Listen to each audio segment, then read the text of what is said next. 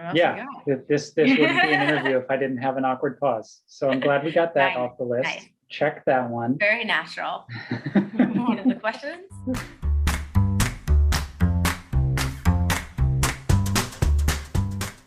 Hello and welcome to another episode of the Wildcat Well. Today's guest is Brianna Gagné. She's an artist based in New York City. She participated in Theater Crude Fringe festivals in 2019 and in 2020. It was very lovely to catch up to her. Focus testing has shown that y'all prefer short preambles, so I will just say visit theatercrude.org in order to find out how you can apply to participate in the 2021 Theater Crude Fringe Festival. And then I'll just let you go to the video. Enjoy. All right. Well, Bree, welcome to the Wildcat Well. Ooh, the Wildcat. Wow. Yeah, we have a title now since the last time you were here. Awesome. Yeah. Yeah. What have you been up to since you were last in Oklahoma City? Since I was last in Oklahoma City, I think in between that, I did a few things. I performed my one-woman show in a festival that was my first time producing a full night of theater, which was really exciting. It was called the Solo Trio, and it was me and my two other friends from Miami that they had just moved to New York City. And I thought, because I knew that they had one-woman shows and so did I, we could set up a bill and I could finally send a proposal for something that was more than 20 minutes long, because no one's going to accept a proposal for one show and have people sit in a theater for just 20 minutes.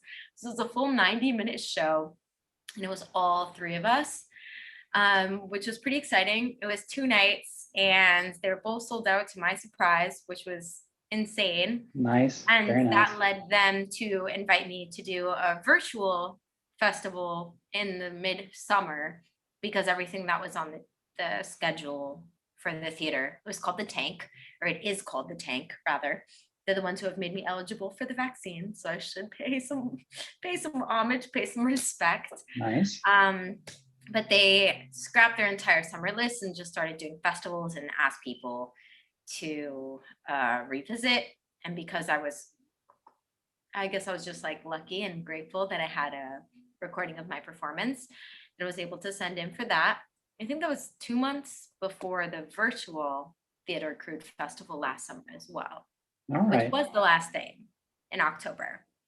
But yeah, it was, so the live performance was in January, and then I had the virtual festival in, I think, September or August, and then in October I had Theater Crude, which I was so excited to go to Oklahoma too. I had put it on a bunch of my friends' calendars actually the year before, because after the first time I visited Oklahoma City, I was like, people have to go to Oklahoma City. Nobody on the East Coast knows about Oklahoma City, especially people from Miami. Like, they don't know what's going on. So I had emailed a bunch of my friends and put my performance on their calendar, and it just said, Bree, okay. And then in October, everyone's like, wait, what is this? Bree, are you okay? Like, yes, no, I was just trying to remind myself to invite you guys to Oklahoma City, but it's long gone now. Yeah, well, thanks for spreading the word. I mean, keep doing it. Oklahoma City is surprisingly great. You'd never think. But I mean, yeah, surprising is a weird word, because there's so many cities now that it's just like, it's popping up. And I actually saw like a YouTube video a few days ago where it was like the best places to move to, because of course a bunch of people are just trying to move out of wherever they are and go to a more affordable place. Apparently, Oklahoma City made top 10. Nice. I don't remember the number, but they were up there. We'll take top 10. Yeah, made top 10. Yeah. Go away. So what is the Tank again? That was just the group that you worked with for the virtual? So the Tank was a small independent theater, and it's like it's on the 3rd or 4th floor of this unsuspecting building in Midtown Manhattan, and they have 2 spaces. So one's a black box, it's about 56 people, and then they have a bigger stage where they'll do like film festivals or larger productions, and they're right across from each other. I don't know any of the background or the history, but they are a nonprofit organization. So if people want to fill up the tank, as they say, Nice. and donate to them, more than welcome. But I've had a bunch of friends, and I'd only heard about it because I'd seen other people's performances there. They did like a reading of The Sandlot one night. They used to have something every day of the week, and just randomly you would walk in. I saw my friend was in a clown show, a one-woman clown show that she did there. And after I saw that, I was like, oh, dude, I have to do something here. And I was just brave enough to go to the box office after the show, and I was like, how do I get something done here? And after me hounding them for about 6 months, I finally gave them a proposal they really enjoyed. So yeah, that happened. Nice. When we last talked, you were part of a writing group where you just like cranked out new ideas like every week or every other week, something? Yeah. So it's a group called New City Players, and it's founded by one of my friends from high school. Of course, we were theater kids together, my friend Crystal Millie Valdez, and they dropped off for a few months because people were finally starting to get work again. So no one was able to make the writing groups, but they're revving up again. I think on the 26th is their next one. And there's a man from New Zealand that often visits the group, like people from all over and everywhere. And I forget what they call the forum now, but they typically will give prompts. So a week before everyone gets together for the Zoom meeting, they'll give it a prompt, and they'll say like 5 pages max, or so however many time, like how much time they want each piece to take. And you just send it in, they cast it for you, and you show up and everyone just enjoys the reading and you receive critique. And it's mostly just extremely supportive. And a lot of people are using it just to keep their creative juices flowing, to stay in the I guess in the mode, or like in a habit. Yeah, writing is a habit. Yeah, it helps yeah. to have that outlet consistent. Yeah.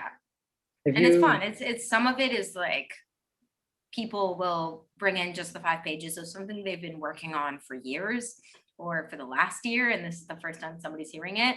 Or if you're like me, you just grab something together the day before and you just hope for the best. But yeah, it's been really great. Has anything come out of that you've decided to keep poking at, or is it really just the exercise?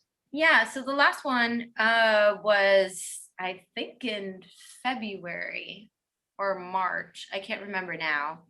But it was just a one scene, like short minute play, 10 minutes, which even for me is a really difficult task because, I mean, having only written a one-woman show and just my style of writing, and because I keep a journal, I'm so used to just continual movement and just like outrage and spit and, like vomiting what I'm thinking. And so I was like, all right, it's going to be a dialogue, which I'm not very experienced writing. It was a short play called Deal Breakers, and it was about a couple, and it was pretty much just like basically a reflection of a conversation that I had with my boyfriend. And it was right before the election, which I know is like, I think a topic that people are just like tired of hearing, right? It's like you've heard thousands and thousands of things, and especially being part of that group, it was like ad nauseum. Everyone was like spinning their ideas, but the entire play was pretty much just this discourse about like, well, what if one of our friends is dating somebody that we don't necessarily agree with their political views, but the point of a relationship is very different from that of someone you're having political discourse with. If you can agree to disagree, then you should be able to continue with a relationship, otherwise not. But then I started thinking, I was like, what are other strange deal breakers that have now kind of surfaced as of lately? I guess it's this, like new age couple kind of play, which rom-com was never the thing that I ever thought I'd be writing. But I've read a couple of other ones too, where it's like someone who has, and they've gotten like stranger and shorter, where it's like a couple talking about how one of them has their like lock screen on all the time, or they always put their phone down. Like just it's, I don't know what to think of it, and I don't know if I'm ready to like make this something that's performed, but getting in the feel of writing again is really fun. If anything, it would be like failed SNL digital shorts or something, and less of an odyssey. you know, but And it is yeah, fun. just a couple of quick beats of a couple Exactly. having an argument and then Yeah. moving on. Yeah. I have a whole like notes folder in my phone of just like, wouldn't it be funny? And then that's kind of what I've been pulling from. But whether they're successful or not, I'm just glad to just be doing something. Yeah, that's great. Keep doing things. I don't know that you need encouragement, but I feel like I should say I'm on No, board with no, the this. little people in my brain, they got that all figured out. They have the reminders going, firing at all times. Nice. So you don't face a whole lot of writer's block. Your mind is racing so much that you're always ready to go. It's not so much writer's block. It's more when I have to go back and edit that I feel like I face problems, um, or finding a narrative structure, especially again, the only play I've ever written is my one woman show. And I also faced it there. But even putting and trying to string together all of these like short scenes, narrative structure is the hardest thing for me to find the rhythm to. And also I guess you could say it's because I'm just such a fan of like slice of life kind of things where it's like, oh, this is just a moment in time, like very Chekhov, where it's like, here's 3 hours. What is it about? I don't know. We were just standing outside and doing the dishes. And then we came inside and it's just like, it kind of rambles on. So for me, it's not so much the ability to write, it's the ability to edit that I have difficulty with. So I'll have people check in and if I'm really concerned about it, you know, like if this is something I intend to put out, then I'll definitely consult other people. But otherwise, yeah. Yeah. Well, so to change topic just a little bit, I think Yeah. this sort of touches on what you were talking about. Is there a favorite type of theater that you like to participate in, watch, create? Ooh, participate. I mean, I love anything that's nostalgic. Like, I mean, I'm a musical theater kid for sure, for sure. Like, I love musical theater. I will always enjoy going to a musical. Um, whether it's my favorite to participate in, I don't know. I definitely have a lot of, also coupled with enjoying and loving musical theater, I have a lot of strange like childhood trauma associated with it. But my favorite is something that will really pique your brain kind of activity, something that's going to make me question things. Like, so my favorite play, and I try to push it on people all the time. Like I've ordered it for people on Amazon that I've discussed it with because I was like, no, it wasn't just Friday night and we were drunk at the bar and I was talking about this play. Like, no, this is a play you need to read. And I pushed on people who have never read plays before. And they come back to me and they're dumbfounded. And it's The Effect by Lucy Prebble. Honestly, a theater or non-theater person, I mean, a play is always a quick read. It's gonna take as long as the run, so it'll take you about a couple hours to read it. But it's a young men and young women that go into, not drop the computer now. So they go into a drug trial, and the administrators don't know what they're administering, and they don't know what they're taking. So they're trying to figure out the entire time, like what they could possibly be testing, analyzing the questions they were asked, the whole deal. And then when they start to hear rumors about what they were taking, they start to ask themselves questions because they have a budding romance where it's like, well, what made us feel this way? Was it the drug or was it our true intention? So it really brings up this question of who is in control. And then, even if you are being influenced by a drug that you're taking, does that disqualify the real experience or the real emotion that you experienced during that? And I kind of touch upon a similar thing, I guess, in my play because it has to do with being diagnosed as depressive and taking antidepressants.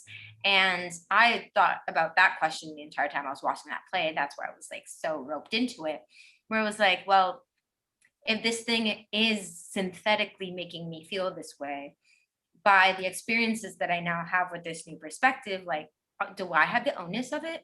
Or is this just all at the fault of the drug? So it's very psychologically engaging. And I just, it's an awesome play. But that's the theater that I seek.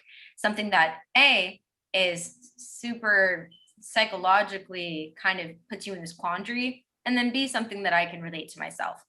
As selfish as it may sound, like those are the stories I'm most drawn to, something that I can see a bit of myself in. I think that's what makes theater is so special is because you can be reminded that everyone's experience, no matter how different the particulars are, that it really can have the same kind of theme to it. Like someone else's story that has nothing to do with my experience somehow makes me draw from my own. So that's the stuff that I love. Yeah, guess, yeah, that is sort of the power of theater, is being able to allow an audience to empathize with somebody that they may not have, like in your day-to-day life. Yeah, because I think people worry. Well, there are times you're reminded where I was like, wow, I really only care about this, or I'm really realizing I care about this because it's finally happened to me, or it's finally happening to somebody around me. So I finally understand it.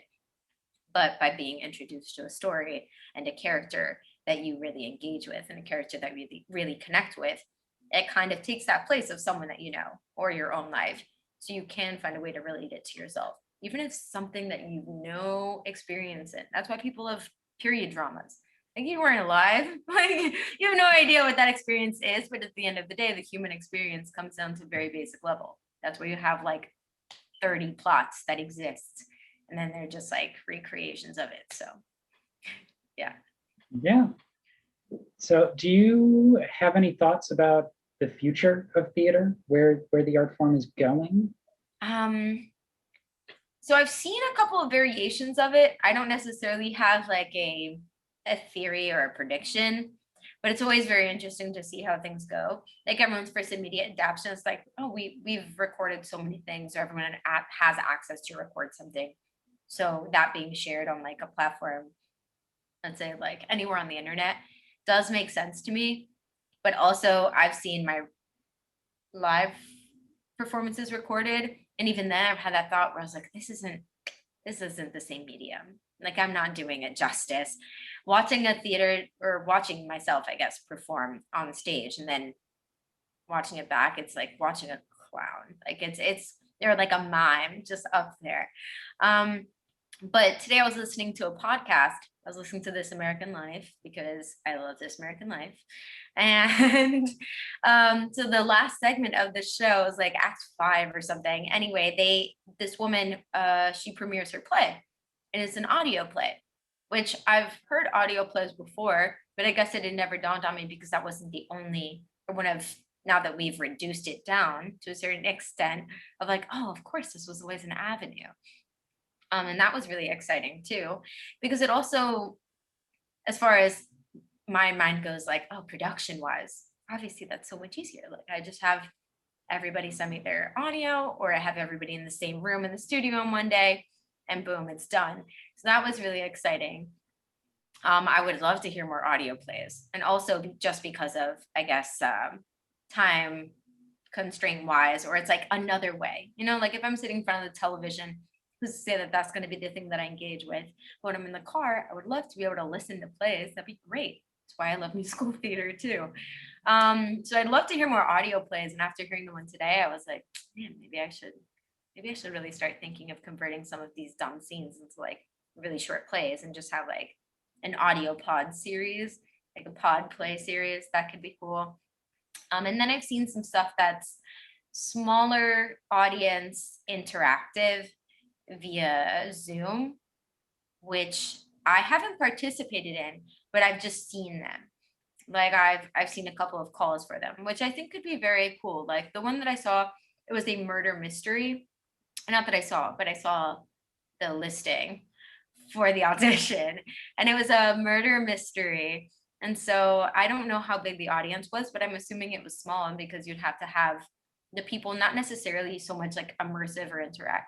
Yeah, not so much immersive theater as much as it is like interactive in the way that people get to choose their own destiny kind of thing. So you get to watch to a certain extent, and then the people that are the audience get to discuss amongst each other what they think the outcome will be, or they get to influence it. So it could be really cool. And the conversations I continue to find myself in with the people in the theater community are just, we are, if anything, people were supportive before, but of course it was difficult to like see everyone's performances because of schedules and everything. But now more than ever, I've just seen this like complete banding together and just being completely wowed at the creativity. that's kind of come out of it. You know, when you have nothing else, like all you can have is a good idea. And I think to a certain extent, making it that it is self-produced in a lot of these ways has limit some of the gatekeeping, or maybe some of the intimidation that people feel in order to make something happen. So I've seen a lot of my friends come up with these like lab scenarios, like I was discussing the one that I go to. I've seen friends bear podcasts out of this. I've seen people making short films on a whim because there is no other outlet. And moreover, you don't have to wait for somebody to tell you, which is a daunting that I had to have to, but you just, now it's like anything goes. And I want to see more of the wild, wild west of theater. Yeah. Yeah. Like, what's going to happen? Who are going to be the pioneers? I don't know. We all are. So it's exciting and it's fun. Yeah, that's really cool. It is something that I have been enjoying seeing over the past year, is when everything that was standard was taken away, seeing what people are able to pick out of what they have available and how that creativity. Yeah, or all the times that people thought that they're like, oh, I have this idea. Oh, but I want to make sure that I get booked for this play and this play. And I really want to work with this theater company and that one. But then now it was like, well, that's all gone. So those ideas that have been sitting on the shelf, like people have just been throwing those up, and that's been awesome. I love that. Yeah. And I think also because it is so new, that I think people are almost giving themselves more of a permission to take a risk and kind of completely fail at it, because we're all doing it at the same time, which is refreshing. Like, we all love a good high production play. Of course, we all love that. Mhm. But I also love to see the things that we just try to make happen. So I think that in itself tells a story, you know, where it's like the zeitgeist. Yeah, that is the perfect pitch for Fringe festivals. Yeah. You know, Come on, people, if you haven't gotten on the train yet. Yeah, there's no gatekeeping aside from availability of time slots, I guess. But Yeah. then it's just, you know, bring what you got. There's no barrier. No barrier. And it doesn't matter how many people buy the tickets. It doesn't matter how many people, I just mean, like, we want to sell the tickets. Of course, everyone wants to have an audience. You want people to see it. Buy tickets. Buy tickets. Theater Crude tickets will be going on sale when?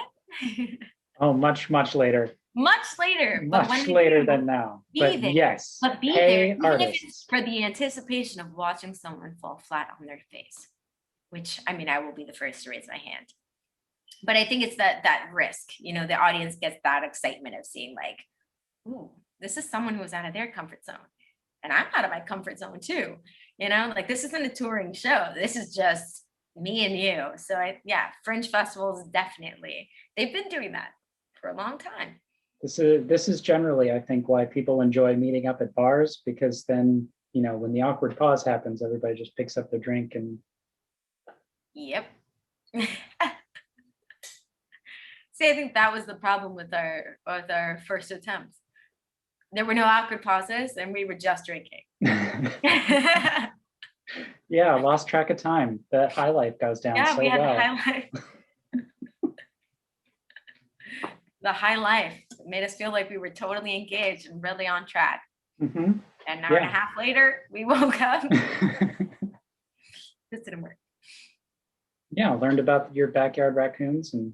Oh man, great. Those guys. They still hanging out back there? Oh yeah, and now even more. We had like a storm, and our fence fell over. So it was like during a snowstorm, the fence fell over, and then snow was on top of it. And we tried to prop it back up, windstorm, but now it's just like there's no gates, there's nothing, there's no fence, so they don't have to climb over anything. They just crawl over from the dumpster in the store next door and just walk across the block, no problem. So they're there. I mean, I don't try to make friends with them, which I feel like I should, you know. Yeah. There needs to be more human rodent camaraderie. Like, not everyone can just run away screaming. You don't want to name them. Oh no! That's the word. No. Nah, I feel like some people are really into that. I'm good. You know, like a distant acknowledgement. You know, just a little heads up is fine with me. But I don't need to name anything. Raccoons are doing fine. Yeah. Yeah. The theater company in town that I work for is doing shows outside, and it's on this stage that is surrounded by a moat. And last week, a goose couple moved in. The female started making a nest on the stage. I love that. And so we're trying to load in our scenery because rehearsals are supposed to start. And then this male goose just starts running around hissing at everyone, flapping his wings and going absolutely nuts. That's what I was going to say. Geese, swans and geese are pretty much neck and neck for being the rudest birds ever. Birds are already suspicious for me, but geese are just aggressive. They're mad at someone. They're really protective. I had a friend who got bit by a goose once, and then I was like, oh my gosh, geese have little, like birds, normally you'd imagine they just have the beak, and someone can fact check me on this, but I swear I've read it before, that they have ridges on the inside of their beak, so it's like teeth. Geese are nothing to be playing around with, but I guess, I mean, they're the patrons, right? The legitimate patrons of the theater now. They have to. Mhm. You decided to make this your home, so with the rest of us, get over it. Being upstaged by a goose, I imagine, is a fun story. Yeah, it certainly happens during those shows because geese are also like to announce their presence. So every time they come in for a landing in the moat, it's just honk, honk, honk, honk, honk. And then when they take off, they do the exact same thing. It's like the entire show stops for a good 30 seconds while the geese land and take off. Everyone has to hold. Yep. You can't compete with that noise. It's a test. They're testing you. Like, how well can you stay in character today? Well, we'll see about that. Just honk their way out of there. Mm-hmm. Hey, man. I can't wait to hear the stories that come back from this performance when you guys go up and the geese make some kind of ruckus. I'm excited for that. Me too. Live theater. And adds to the unpredictability. I mean, you want to talk about going out and falling on your face. Like, going out and having to compete with a goose for attention. Sharing the stage with geese. Yeah, never work with children or animals, right? Or always. Always work with children and animals. This one was anticipated. This wasn't a choice. You know, you guys could make a choice to like completely, I don't know, take with the nest away, but we won't because we're courteous. Mm-hmm. And we kind of want to see how that story goes. This is great. Yeah, this is great. Thanks for coming back for a second time. Hey, hopefully thanks we can for get having some me. good stuff out of this. Yeah, I love when you never know, you know, winding conversation. You never know where it's going to go. But anything that has to do, any excuse to cut out of my daily life to have a fully theater-based discussion it's a blessing. I think we can all say that, you know, not living in a vacuum, not having that is sometimes really difficult. I'm like, oh, you know that. You don't know that play, right? More people outside of theater need to become avid theater fans. Yeah, they just need to know what is exciting. You know, we know what we love about it. We just need to share that with other people who don't know yet. So yeah, and it's not exclusive. Yeah. My next series, my next play will just be me on a literal soapbox, being like, this is okay for everyone. It's not just theater people. We're all theater people. Yeah. Yeah, it's not scary. I mean, except for when it's supposed to be scary, but then hopefully you know that going in. Yeah, but thank you for having me. I love these conversations. Yeah, we should do this again sometime. Yeah, and we probably will. Yeah. Yeah, who knows? Take 3 will come next. Mm-hmm. Thank you. Do you have any social media shout outs you want to do? Pluggables. Yeah. You can follow me on Instagram if you like daily musings, and I've started making stamps, which is fun. But I normally post if and when I have performances on there. My Instagram is at BrainGag, BrainGag. Yeah, literal brain gagging. Mm-hmm. And then I also have a website, which is Gagné, www.brigagne.com, because if you pay for a domain, why not use it? But yeah, if you care to see that. Yeah, I've been there. I enjoy the ukulele videos. Oh yes. They're Oh, lovely. it's been so long. Yeah, I think the last time we had a conversation, I brought up the banjo lately, which Yeah. is my summer goal, to spend more time devoted to my banjo lately. So expect a lot of Dolly Parton. Yes, I expect to see those videos on that website someday. But aside from that, I think that's about it. All right. Cool. Yeah. Did Thank it. you. Success. Success.